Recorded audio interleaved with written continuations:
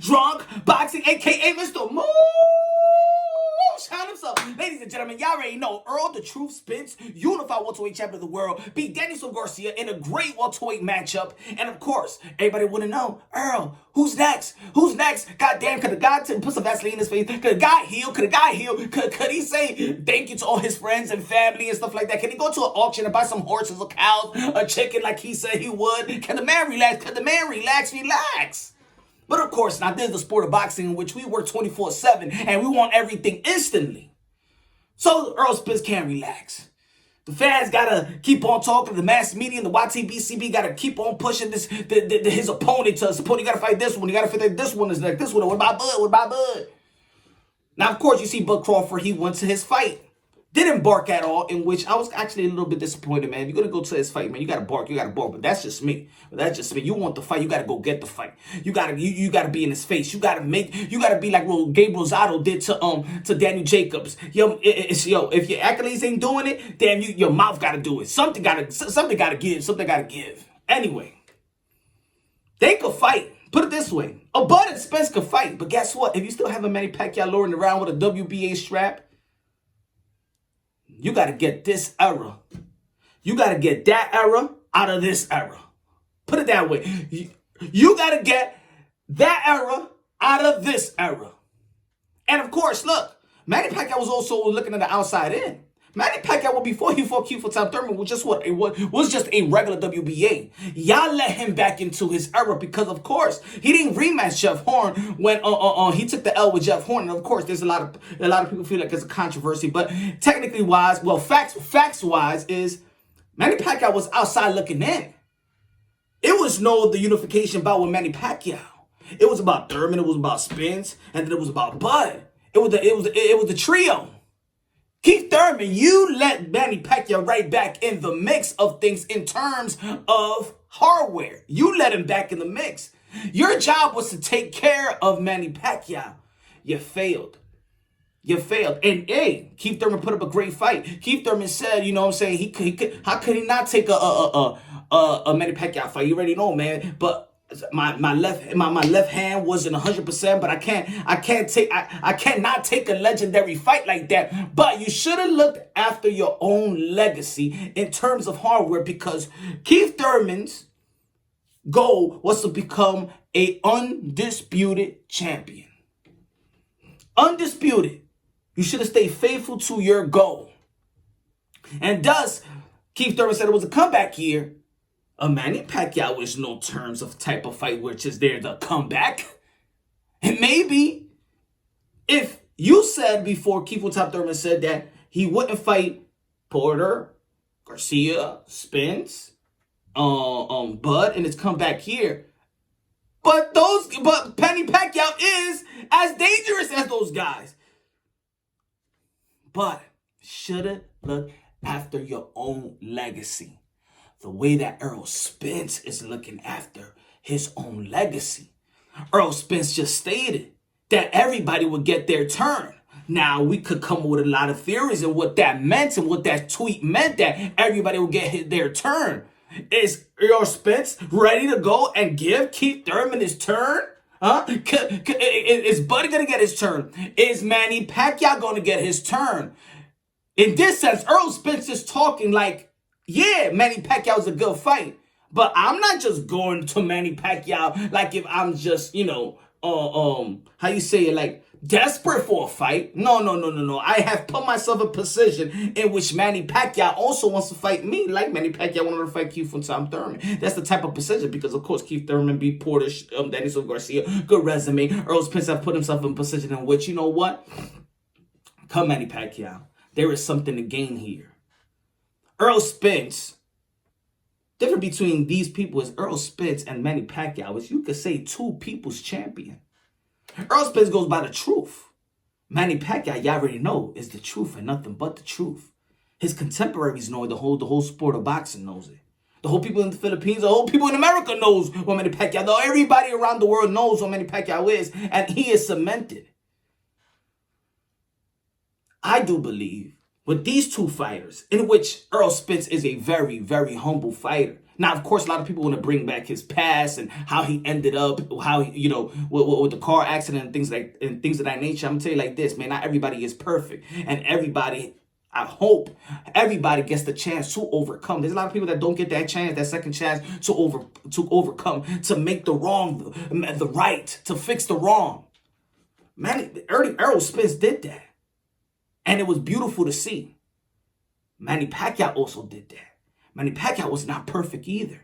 Manny Pacquiao had his gambling problems, his, adultery problem. He said it himself. And he needed to check back. He needed to fix his life. And for people, of course, you don't want to compare whatever Manny Pacquiao was going through to the life-threatening that Errol Spence went through. But that's just as life-threatening. Both men felt that they were self-destructing. That's what Errol Spence says. Manny Pacquiao said the same thing before he became a born-again Christian. See, the adversity is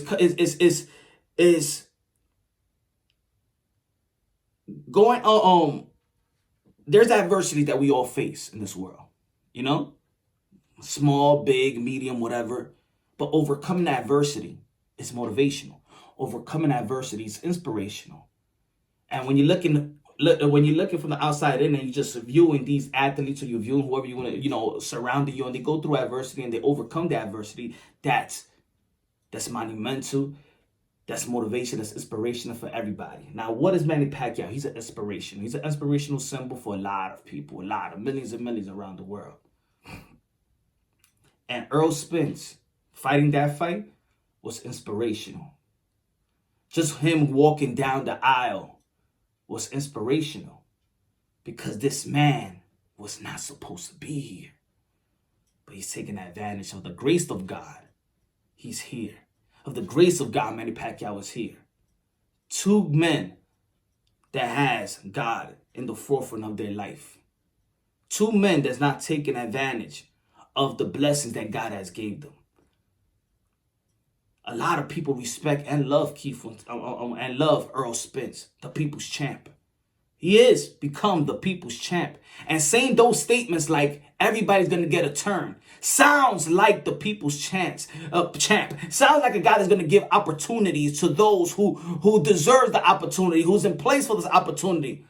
He's not going to say things like, well, we'll be ready in 2020, even though that could sound like that.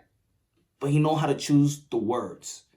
He not saying go get this and go get that and then you could get me. Everybody gonna get their turn. Simple as that.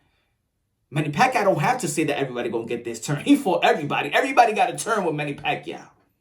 Almost everybody got a turn with Manny Pacquiao. In this era, Manny Pacquiao's here, still willing to give these young fighters, in which he sees these young fighters, a turn to come face this legend.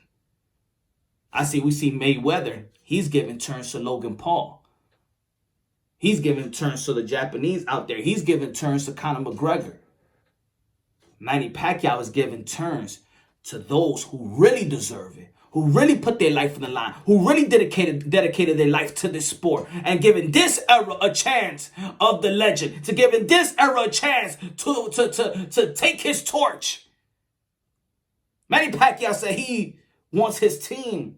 Well, report says that he wants his team to go get that Errol Spence guy. I want to fight Errol Spence. Now, I believe that Manny Pacquiao was crazy, because I don't think that it's a smart move for Manny Pacquiao to fight him after 2 years layoff at his age without a tune-up.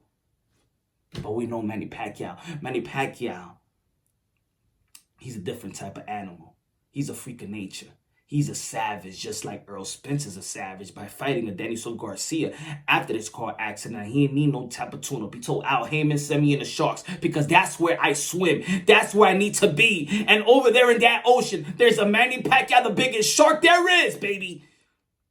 This is the people's champ versus the people's champ. The true versus nothing but the truth. Two men that have come through adversity, have overcome adversity. Two guys that his people love him, and Manny Pacquiao's people love him. Two modern-day warriors, modern-day gladiators, to put their life on the line for pure entertainment. Now, there's a lot of good fights there. Yeah, there's a Bud fight there. There's a but. But that been over marinated. And Manny Pacquiao don't have no time for over marination. If you look at Manny Pacquiao's resume, he's not here for the over marination. Of course, a lot of people gonna be talking about the Mayweather, but Manny Pacquiao been wanting that fight too. But if you look at his resume, he's not really here for the over marinating. He does give the chance to like Juan Marquez 4 times. He does give the chance to Timothy Bradley. Now, of course, there's a fight that could be a rematch with a Keith and Manny because, of course, Keith Thurman was an undefeated champion. He lost his belt. I believe that any undefeated champion that had a reign, deserve a rematch. Just like Anthony Joshua when he lost to Ruiz. Just like, there's a lot of fighters that was undefeated that deserve a rematch. I believe that Deontay Wilder deserve a rematch with Tyson Fury. But that trumps. A unification bout trumps. Manny Pacquiao is willing to give this era. Take me out.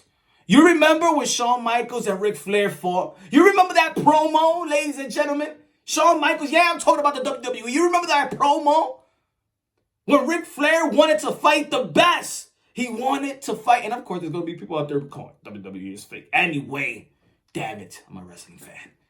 You remember when Ric Flair said, I want you to bring out the best in me. So he could die knowing that everything, he put everything into this business. You remember Shawn Michaels when he said he's going to take him out? You remember? What's his name called? Take it back to the woodshed. Oh, Yella. You remember? You remember when Shawn Michaels saying, Ric Flair, you oh, Yella, I'm going to take you in the back and end you? Well, that's what Errol Spence is going to try to do to Manny Pacquiao. And Manny Pacquiao is just there to say, I just want somebody to take the torch. No controversy. Take me out. It's the only way. It's the only way I can leave this sport. If somebody just takes me out. Now, people may say, what about the Marquez? He wasn't ready to go. But Manny Pacquiao knows that he's ready to go in terms of timing. For how many more years Manny Pacquiao could do it? But Manny Pacquiao is just not going to have a farewell to fight a Logan Paul. He needs the best to take all that urge and all that what if. Do I have anything left in me? He needs someone to take him out. And that man could be the other people's champion of the campeon. Errol, the true Spence. Let's see this fight and make it. Let's see if they do this fight. Y'all already know, subscribe to the channel, hit the notification bell, get my updated videos. But let's see if Manny Pacquiao did what he did to Keith Thurman and he does it to Errol Spence. And maybe this is that freak of nature that we've been talking about. There's levels to this shit.